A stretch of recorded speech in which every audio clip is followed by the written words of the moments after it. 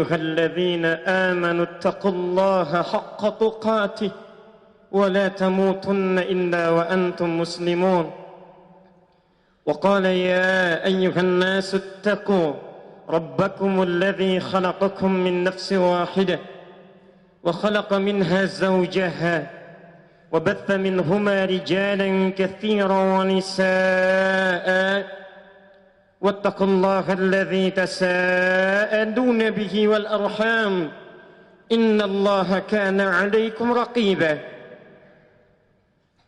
Hadirin jemaah Jumat rahimani wa rahimakumullah. Alhamdulillah, bersyukur pada Allah Subhanahu wa taala di Jumat ini, di antara sekian hamba Allah yang tengah menjalani kesibukan beraktivitasnya, kita hamba-hamba Allah yang belum tentu dalam pandangan Allah disebut sebagai hamba yang saleh, yang belum tentu dalam pandangan Allah bebas dari maksiat, ternyata dengan cinta Allah Subhanahu wa taala masih dilembutkan hati kita, diringankan langkah kita. Kita yang terpilih dihadirkan di masjid Allah ini untuk menunaikan ibadah Jumat kita.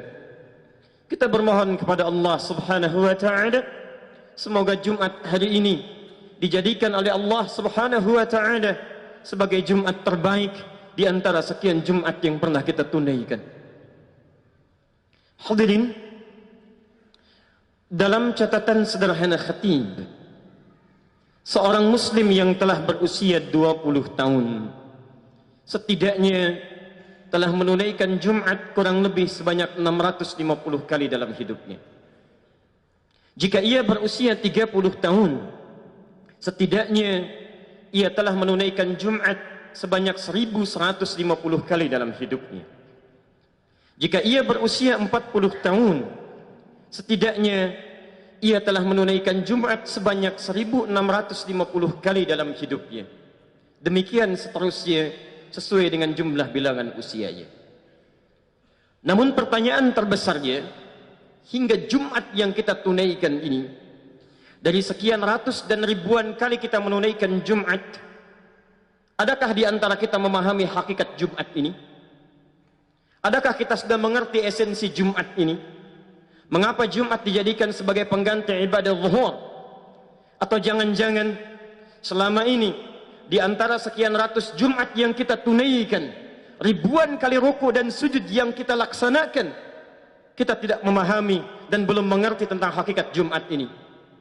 Jangan-jangan di antara kita menunaikan Jumat hanya sekedar menunaikan ibadah formalitas saja, numpang ikut duduk, mendengarkan khutbah, kadang-kadang mengantuk, bahkan ada yang tertidur, kemudian menunaikan sholat 2 rakaat lantas pulang begitu saja. Jika ini yang terjadi, maka bukan itu yang diinginkan dari esensi Jumat yang tertuang dalam Al-Quran dan Sunnah Rasulullah SAW. Karena itu, dalam kesempatan yang singkat ini, kita akan coba menghadirkan kembali esensi Jumat dalam Al-Quran dan tuntunan Rasulullah SAW. Hadirin rahimani wa rahimakumullah. Berbicara tentang hakikat Jumat, kita akan diantarkan oleh perjalanan sejarah pada rutinitas kaum jahiliyah, bahkan jauh sebelum Nabi SAW diutus menjadi Nabi dan Rasul.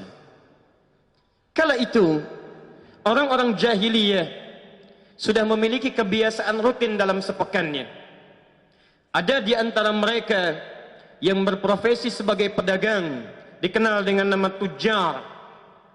Ada di antara mereka yang menyibukkan dirinya untuk menghimpun syair, lirik-lirik yang indah, dikenal dengan syu'ara.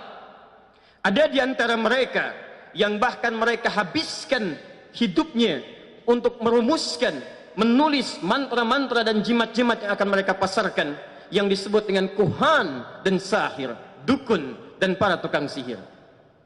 Mereka ini beraktivitas dalam sepekan, dimulai dari hari yang pertama disebut dengan Al-Ahad. Hari yang kedua disebut dengan Yaumul Itsnin, diserap ke dalam bahasa Indonesia menjadi hari Senin. Hari ketiga mereka namakan Yaumut Thulatha, dari bahasa Arab Thalathah, diserap ke dalam bahasa Indonesia menjadi hari Selasa. Hari selanjutnya keempat mereka namakan Yaumul Arbi'ah, dari kata arba'ah diserap ke dalam bahasa Indonesia menjadi hari Rabu. Hari yang kelima mereka namakan dengan Yaumul Khamis, dari kata khamsah diserap ke dalam bahasa Indonesia menjadi hari Kamis. Di sepekan ini dari hari Ahad sampai dengan hari Kamis mereka akan sibukkan waktunya untuk menunaikan rutinitas yang tadi telah disebutkan. Bagi para pedagang, mereka akan mengumpulkan harta, sibuk mencari dunia, kumpulkan tenaga untuk mengumpulkan satu tanda kehormatan yang akan mereka kumpulkan pada hari yang keenam yang selanjutnya.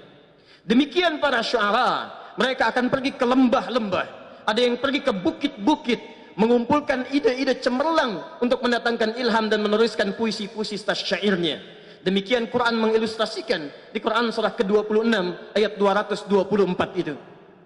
Demikian kahin, sahir, mereka akan sibukkan waktunya untuk mencari merumuskan mantra-mantra ajaib yang mereka akan kumpulkan dan tampilkan pada hari yang selanjutnya. Di hari apa itu? Hari yang keenam. Yang uniknya, mereka akan namakan bukan dengan nama bilangan lagi. Tidak disebutkan Yaumus Sadis, hari yang keenam, atau Yaumus Sittah, atau Seti yang keenam, tapi mereka akan namakan dengan nama kebanggaan untuk memamerkan, menunjukkan pesta pora dari hasil kegiatan yang telah mereka tunaikan tadi. Yaumul Arubah. Mereka namakan Yaumul Arubah, hari berbangga diri sebagai seorang Arab, hari untuk menunjukkan kerja keras dan pesta pora dari 5 hari sepekan ke belakang yang telah ditenun. Jadi aktivitas mereka dari mulai hari Ahad sampai hari Kamis, mereka akan kumpulkan demi persiapan di Yaumul Arubah. Pekerjaan dunianya hanya untuk pamer saja, hanya untuk kebanggaan saja, hanya untuk pesta pora saja. Jadi kegiatan dalam sepekan hanya ditujukan untuk berbangga-bangga di akhir pekannya. Cuma kumpul, menyampaikan, menampakkan dan menunjukkan dengan sifat ria yang muncul pada saat itu. Maka berkumpullah mereka di pusat hiburan yang dinamakan dengan aswaq. Ada di Suq Uqab, Suq Dumatul Jandal. Lalu mereka akan berlomba memamerkan hasil pekerjaan selama sepekan itu. Puncak pertandingannya ada di sekitaran Jabal Qubais yang sekarang menjadi istana raja itu di dekat Ka'bah. Maka mereka akan kumpulkan orang yang hartanya paling banyak, paling kaya, bekerja selama sepekan, maka akan diangkat sebagai hartawan terpandang di zamannya. Maka kita kenal kemudian ada namanya Abu Lahab, ada Abu Jahal, dan golongan-golongan yang lainnya. Ada Abu Sufyan sebelum masuk Islamnya. Mereka termasuk pekerja keras dalam kafilah tujar yang kemudian saking banyaknya hartanya diangkat sebagai tokoh hartawan yang dihormati pada saat itu. Maka naiklah mereka dengan hartanya, dipandang sebagai orang yang paling kaya. Jadi yang kaya tetap kaya, yang budak menjadi budak.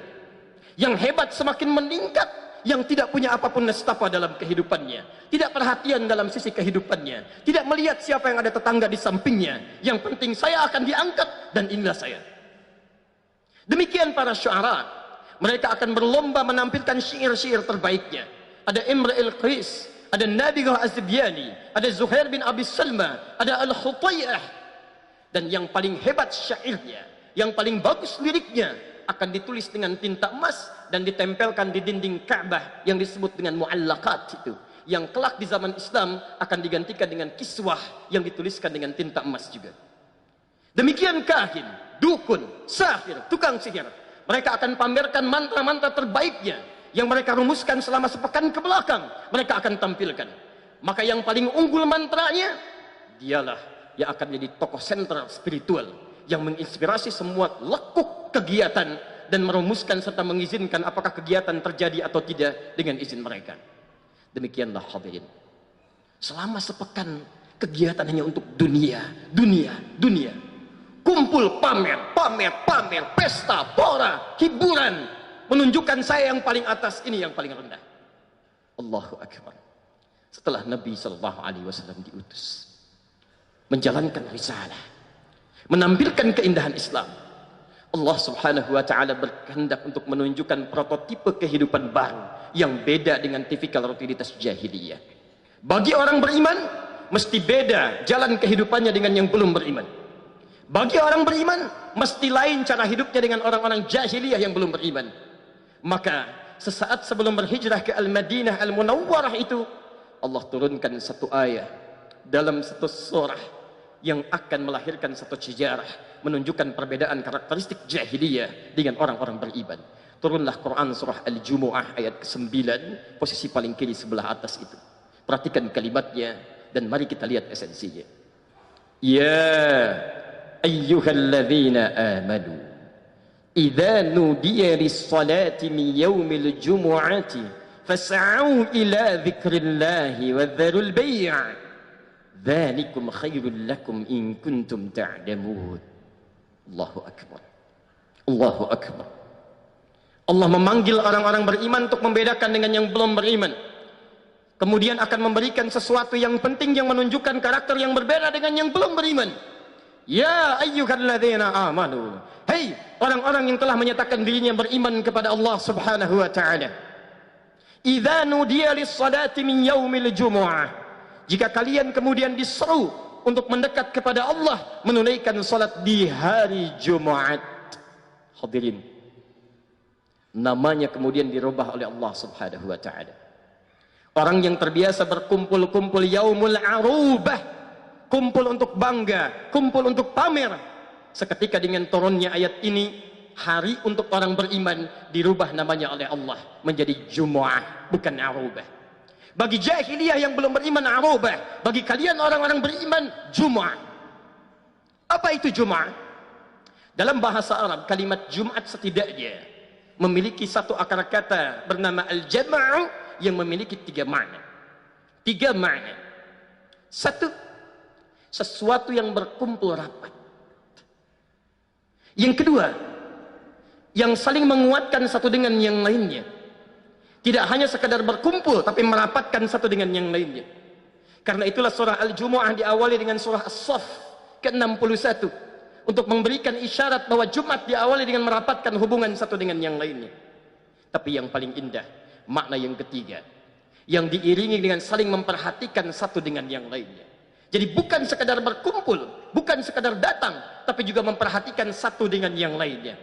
Seakan-akan Allah ingin mengisyaratkan dalam penamaan ini, kalau orang-orang jahiliyah yang belum beriman cuman kumpul-kumpul saja, cuman bangga-bangga saja, cuma senang-senang saja, orang beriman tidak. Yaumul Jum'ah diundang oleh Allah Subhanahu wa taala ke tempat terbaik di muka bumi, bukan di hotel, bukan di pusat hiburan, bukan di tempat pesta pora, tapi di tempat di rumah Allah Subhanahu wa taala, masjid.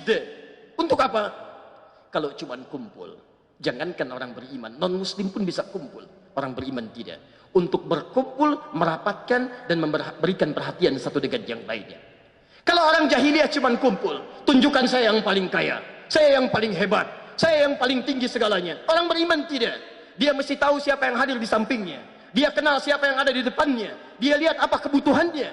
Karena itulah demi Allah khatib sampaikan. Demi Allah khatib sampaikan. Nabi SAW setelah turun ayat Jumat ini, dipraktekkan Jumat, tidak pernah terjadi ada Jumat kecuali diketahui siapa yang datang di sampingnya. Siapa yang hadir di masjidnya. Siapa yang membutuhkan bantuan seadanya. Maka Masya Allah, tidak ada orang kelaparan datang Jumat kecuali mendapatkan makanannya. Tidak ada orang kehausan kecuali datang Jumat, hilang dahaganya. Tidak ada orang sakit kecuali datang Jumat, mendapatkan pertolongan dari bagian sakitnya. Tidak ada orang kesulitan kecuali saat datang Jumat, mendapatkan bagian dari kebaikan Jumatnya. Sulaik al-Ghatafani, bukan penduduk Madinah, datang ke masjid Nabi SAW. Kemudian masuk, tiba-tiba langsung duduk. Ditunjuk oleh Nabi SAW, dikatakan, "Idza dakhala ahadakumul masjid fala yajlis hatta yusalli rak'atain." Kalau di antara kalian ada yang masuk masjid ingin i'tikaf, jangan langsung duduk, awali dengan salat 2 rakaat. Hadirin, ulama hadis sepakat mengenai hadis ini. Ini bukan ingin menunjukkan esensi tahiyatul masjid. Ini hadis yang terpisah. Karena orang Madinah sudah paham dengan hukum tahiyatul masjid. Tapi Nabi ingin menunjukkan ini ada teman kita, bukan berasal dari Madinah, belum tahu kebiasaan di masjid. Ketika Nabi menunjuk wajah sahabat ini, maka semua mata tertuju kepadanya. Melihat siapa beliau, apa keperluannya, apa yang ingin dibantu. Dan tidaklah Sulaik meninggalkan Madinah, masjid Nabi SAW, kecuali selesai seluruh keperluannya. Datang seorang ke masjid Nabi SAW. Lantas Nabi melihat orang itu, mengatakan pada para sahabat, siapa yang mau menjamunya. Semua berebut mengangkat tangan. Bukan si fulan, bukan si fulan. Allahu Akbar. Semua mengangkat tangannya mengatakan, bala ana ya Rasulullah. Saya ya Rasulullah. Anda tahu siapa yang dipilih oleh Nabi? Orang pertama yang mengangkat tangan, yang membawa ke rumahnya, yang menyiapkan di rumahnya, menyampaikan kepada istrinya kita akan kedatangan tamu, kita jamu malam harinya. Tidurkan anak-anak terlebih dahulu. Engkau temani mereka tidur. Siapkan hidangannya di meja makan, aku akan temani. Ketika ditemani dalam makannya, Masya Allah, dipadamkan cahayanya. Makan seolah-olah berdua. Yang satu makan dengan lahapnya, yang satu ternyata hanya mengambil udara saja, menunjukkan seakan-akan dia sedang makan, padahal di rumahnya tidak punya bekal makan kecuali satu porsi itu saja. Anda bisa bayangkan semangat Jumat yang dididik oleh Nabi SAW menghadirkan Jumat solusi, bukan cuma Jumat kumpul-kumpul. Lantas besoknya Nabi mengatakan, Masya Allah, ada ahli surga yang menjamu seorang tamu tadi malam. Jumat solusi hadirin. Jumat solusi ya ikhwan. Nabi tidak menginginkan Anda cuma datang, duduk, dengar khutbah, ngantuk, lantas pulang. Ironisnya, itu yang kita dapatkan. Bayangkan kalau itu kita praktekkan dalam kehidupan. Sampai Nabi membuat tempat ahlus suffah sekitaran Madinah. Di situ ada orang-orang yatim, di situ ada pembelajar, di situ ada orang miskin. Yang diketahui ketika datang diberikan bantuannya. Diberikan segalanya sampai diabadikan di Quran surah 59 ayat 9 sampai 10 itu. Wa yu'thiruna 'ala anfusihim walau kana bihim khasasah. Bahkan mereka mendahulukan kepentingan sahabatnya walaupun mereka butuh dengan apa yang mereka perlukan itu. Itulah Jumat. Di mana kita di antara semua itu. Jangan-jangan selama ini Jumat kita tidak kenal siapa yang hadir di samping kita. Siapa yang berada di belakang kita. Padahal kita paham maknanya, tahu hadisnya. Antum hafal hadisnya, al-mu'minu lil mu'mini kal bunyani yashuddu ba'dahu ba'dha.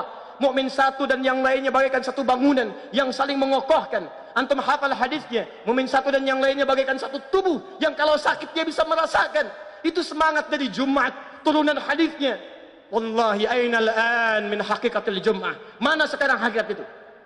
Jangan-jangan tiap pekan Anda Jumatan, tapi saudara sakit Anda tidak bisa bantu. Ada yang kebanjiran Anda tidak tergerak. Orang lain merasakan Allahu Akbar sulitnya mengatasi kebanjiran. Ada muslim yang ikut Jumat hanya sekedar foto-foto saja. Ada yang menikmatinya bahkan ainal Jum'ah. Di mana esensi Jumat itu? Karena itulah bertakwalah kepada Allah Subhanahu wa taala. Hari ini kita mesti berubah. Kita mesti kenal. Kalau itu dipraktekkan dengan baik, Masya Allah, tidak ada mahasiswa yang datang ke Jumat kecuali barangkali bisa bertemu dengan dosen yang bisa menyelesaikan persoalannya. Ada orang sakit yang tidak bisa ke dokter, dia bisa bertemu dengan dokter yang memberikan resepnya. Ada seorang yang belum punya pekerjaan, bertemu dengan orang yang melimpah sarana pekerjaan, dia berikan solusinya. Ada orang yang barangkali punya persoalan, bertemu dengan alim, ustaz, ulama, syekh, selesai seluruh persoalannya. Itu yang kita dambakan. Maka kita bermohon kepada Allah Subhanahu wa taala. Semoga Allah Subhanahu wa taala menjadikan Jumat ini sebagai Jumat terbaik untuk kita, yang merubah cara pandang kita dan menguatkan ukhuwah kita, serta menjadikan insyaallah Islam bisa tegak dengan segala nilai-nilai kebaikannya seperti ulama dulu kita mencita-citakannya di negeri tercinta ini. Barakallahu li wa lakum fil Qur'anil azim wa nafa'ani wa iyyakum bima fihi minal ayati wa dzikril hakim wa taqabbala minni wa minkum tilawatahu innahu huwas samiul alim. Ud'ullaha yastajib lakum jami'an.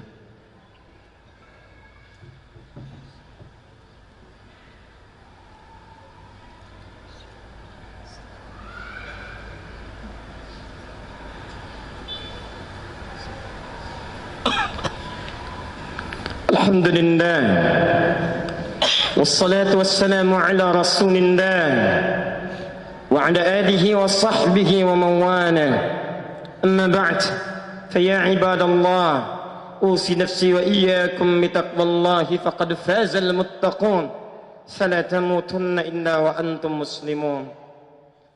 Hadirin, sebelum kita berdoa kepada Allah Subhanahu wa taala, kita ingin menguatkan kembali sedikit untuk melengkapi makna Jumat tadi. Setelah kita paham bahwa Jumat itu adalah Jumat solusi, Jumat ukhuwah, Jumat untuk mengeratkan silaturahim di antara kita, lantas kemudian Allah ingin mengingatkan kepada kita, tidak cukup dengan berkumpul saja. Kalau sekedar kumpul, saling bertemu, saling curhat, jangankan Anda yang beriman, non-muslim pun bisa melakukan itu. Maka diteruskan kalimatnya dengan fas'au ila dzikrillah. Ini bagian penutup yang paling penting. Maka hei, orang-orang yang telah menyatakan dirinya beriman kepada Allah, Setelah kalian berjumpa, berkumpul, melihat, saling menguatkan satu dengan yang lainnya, maka bergegaslah untuk berzikir kepada Allah Subhanahu wa taala. Zikir, zikir. Kalimat zikir tidak disebutkan dalam Al-Qur'an kecuali segala aktivitas yang menjadikan kita ingat dengan Allah Subhanahu wa taala. Antum ba'da salat menyebutkan kalimat-kalimat thayyibah. Quran surah 4 ayat 103. Fa idza qadaytumus salata fadhkurullaha. Maka jika tuntas menunaikan salat, segera berzikir kepada Allah. Kalimat thayyibah yang Anda ucapkan itu bagian dari zikir yang mengingatkan Anda dengan Allah Subhanahu wa taala. Astaghfirullah itu zikir. Hadis Muslim hadis 591. La ilaha illallah wahdahu la syarika lah, lahul mulku wa lahul hamdu wa huwa ala kulli syai'in qadir. Itu zikir. Hadis Muslim hadis 593. Subhanallah walhamdulillah wa la ilaha illallah wallahu akbar. Itu zikir. Hadis Muslim hadis 597. Anda yang kemudian berdoa, itu pun zikir. Quran surah kedua ayat 152. Fadhkuruni adzkurkum.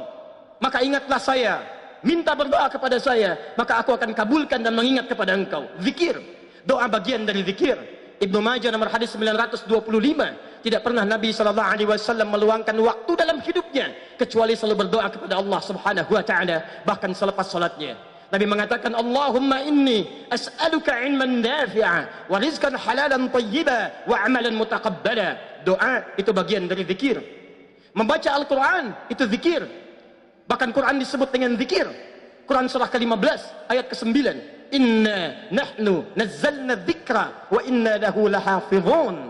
Sungguh kami telah menurunkan Quran ini sebagai zikir.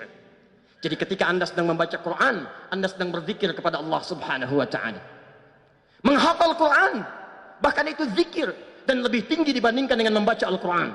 Disebutkan 4 kali bahkan di satu surah. Surah ke-54 ayat ke-17, ayat ke-22, ayat 32, ayat ke-40. Walaqad yassarnal Qur'ana lidzikri fahal min muddakir. Sungguh kami telah mudahkan Al-Quran untuk diingat. Menghafal Quran, mengingat Quran disebut oleh Quran sebagai zikir. Jadi penghafal Quran, ketika sedang menghafalkan Qurannya, dia sedang berzikir kepada Allah Subhanahu wa taala.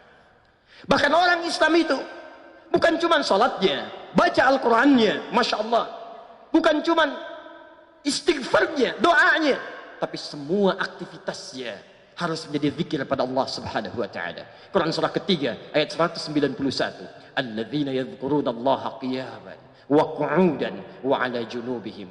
Orang-orang beriman itu, ulul albab itu, semua aktivitasnya dijadikan sebagai zikir karena Allah Subhanahu wa taala. Jalannya zikir, duduknya zikir, makannya zikir, bekerjanya zikir. Hadirin, ingat kepada Allah Subhanahu wa taala. Beda antara orang yang berjalan dengan zikir dengan orang yang berjalan tanpa zikir. Orang yang zikir ingat kepada Allah, maka dia akan berjalan sesuai dengan aturan Allah Subhanahu wa taala. Mustahil ada orang jalan beringat kepada Allah kemudian dia berjalan dengan melanggar ketentuan Allah Subhanahu wa taala. Dia akan jaga pandangan karena dia saat memandang ingat dengan Allah Subhanahu wa taala. Allah turunkan ayat di Quran surah ke-24 ayat ke-30. Wa qul lil mu'minina yaghuddu min absarihim. Katakan bagi para pria-pria yang beriman, jalannya menatap harus pada yang diaturkan oleh Allah Subhanahu wa taala saja. Yang baik-baik lihat, yang tidak baik menurut Allah palingkan. Makannya zikir. Mustahil ada orang yang makan mengingat Allah kemudian menyentuh makanan yang tidak disukai oleh Allah Subhanahu wa taala. Kerjanya zikir. Mustahil ada orang bekerja, memegang penanya, ingin tanda tangan proyek dalam pekerjaannya. Saat itu dia ingat kepada Allah Subhanahu wa taala, tapi mampu menggerakkan tangannya untuk tanda tangan proyek yang tidak diridhai oleh Allah Subhanahu wa taala. Harusnya semuanya zikir. Zikir. Sekarang tunjukkan pada kami, ikhwah sekalian, dari sepekan ke belakang yang telah kita jalani sampai Jumat ini, berapa aktivitas kita yang menjadi zikir dalam kehidupan kita? Jangan-jangan kemarin ke pekan ke belakang, Masya Allah, zikir salat kita belum maksimal. Salat disebut zikir di Quran surah ke-20 ayat ke-14. Wa aqimis salata li dzikri. Tunaikan salat sebagai zikir kepadaku. Cek bagaimana kualitas zikir salat kita dalam sepekan ke belakang. Jangan-jangan kemarin saja salat kita masih belum berjamaah. Itu pun tidak dilakukan di masjid. Sahabat Nabi sudah mengejar sunnahnya. Perhatikan sahabat Utsman bin Affan radhiyallahu taala anhu. Kata Imam An-Nawawi dalam kitabnya At-Tibyan fi Adab Hamalatil Quran, halaman 38, paragraf yang pertama, baris 1 sampai kedua, beliau sebutkan, sahabat Utsman bin Affan, menantu Nabi, menikah dengan 2 putri Nabi, orang paling dihormati oleh Nabi, sangat pemalu, malaikat malu kepada beliau, bisnisnya sangat sukses dalam kehidupan. Jangankan salat fardunya, masih bisa menunaikan tahajudnya setiap malam, bahkan sampai hafal Quran, sampai khatam Quran. Antum sahabat Nabi bukan, tabi'in juga bukan, kerabat Nabi juga bukan, tidak menikah dengan putri Nabi. Berapa suksesnya antum dibandingkan dengan sahabat Utsman bin Affan? Surga belum ada jaminan, hisab masih menegangkan, amalan masih berantakan. Allahu Akbar. Jangankan persoalan salat sunnahnya, cek, jangan-jangan sampai dengan Jumat ini salat fardu kita belum maksimal. Kalau cuma kerja, ngumpulkan harta, tambah lagi, jangankan antum, non muslim bisa lebih hebat dibandingkan dengan Anda. Kalau cuma untuk weekendnya dihabiskan untuk pesta pora, poya-poya, cuma pamer saja, Korun lebih hebat dibandingkan dengan Anda. Firaun lebih jagoan dibandingkan dengan Anda. Namrud lebih hebat dibandingkan dengan Anda. Kita orang beriman, mesti beda. Bacaan Quran kita, jangan-jangan sampai sepekan ini belum pernah baca Al-Quran. Allahu Akbar. Al-Quran dibaca tiap hari, tapi Al-Quran tidak pernah disentuh. Mu'adh. Sebagai akhir dari bahasan khutbah kita, seorang anak usia 4 tahun tinggal di Asyut di Mesir. Satu kali anak ini matanya buta, keluarga sederhana, ingin menghafal Al-Quran, lalu minta kepada abinya untuk diantar menghafal. Dimodifikasilah motor yang sangat sederhana itu, dashboardnya kemudian diluaskan, lalu ditempelkan ayat-ayat Quran. Di setiap perjalanan abinya melihat ke situ, Mu'adhnya mengulang, demikian seterusnya. Singkatnya, sampai Mu'adh hafal Quran, yang mengantarkan belum hafal, tapi insya Allah mendapatkan pahalanya. Seperti hadis Muslim nomor hadis 1893 dan di At-Tirmidzi nomor hadis 2915. Secara singkat, ketika berhasil menghafalkan Qurannya, bahkan makhrajnya sesuai dengan syekhnya, menjadi viral kisahnya di media di Timur Tengah. Maka datang reporter dari Kuwait ingin merekam dan bertanya kepada beliau ini, untuk apa menghafal Quran ini? Perhatikan jawabannya, dan di sini kita akan berdoa kepada Allah Subhanahu wa taala. Ya Syekh Mu'adh, ya Syekh Mu'adh, wahai Syekh Mu'adh. Anak 4 tahun sebagai penghargaan dipanggil dengan Syekh. Jika ananda diperkenankan berdoa saat ini dan dikabulkan, apa yang akan ananda mohonkan kepada Allah dengan Quran yang telah dihafalkan itu? Perhatikan jawabannya. Pertama, wallahi as'alullaha rabbal alamin, wallahi saya akan meminta kepada Allah Rabbul Alamin untuk tetap membutakan mata saya sampai dengan kiamat. Untuk tetap membutakan mata saya sampai dengan kiamat, karena saya bisa hafal Quran ini dengan keadaan buta mata saya.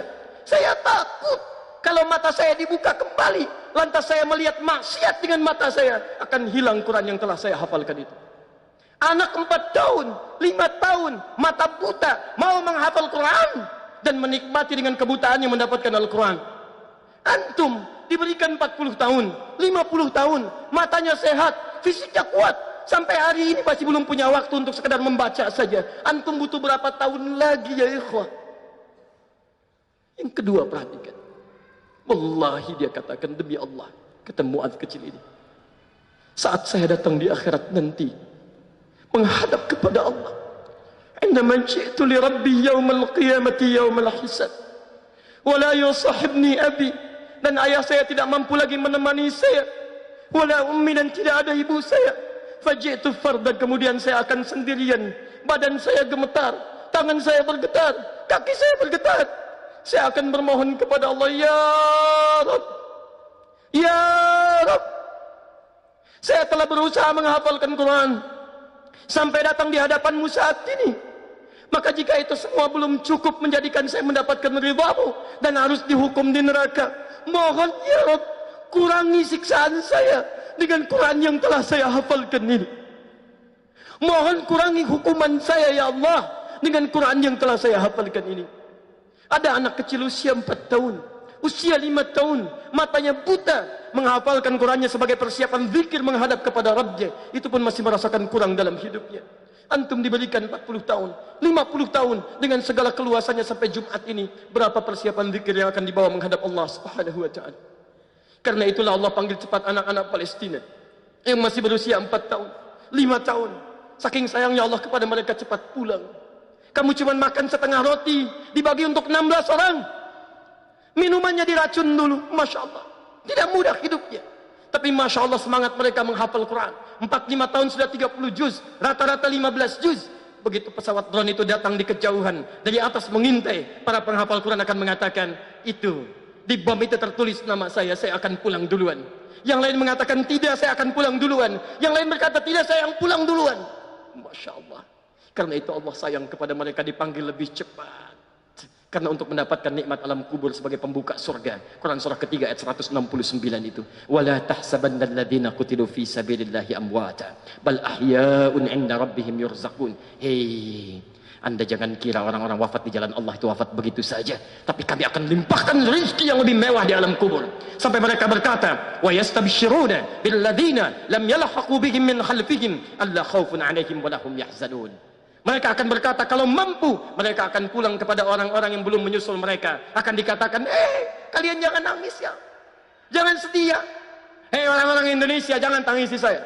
Hei orang-orang sekitaran, jangan tangisi saya. Di sini lebih enak dibandingkan dengan kalian. Kalau bisa cepat menyusul ke sini. Kita ada di mana? Barangkali kita dihidupkan sampai Jumat ini. Karena menurut Allah belum cukup bekal kita. Harus banyak meningkatkan zikir kita kepada Allah Subhanahu wa ta'ala. Banyak meningkatkan taubat kita kepada Allah.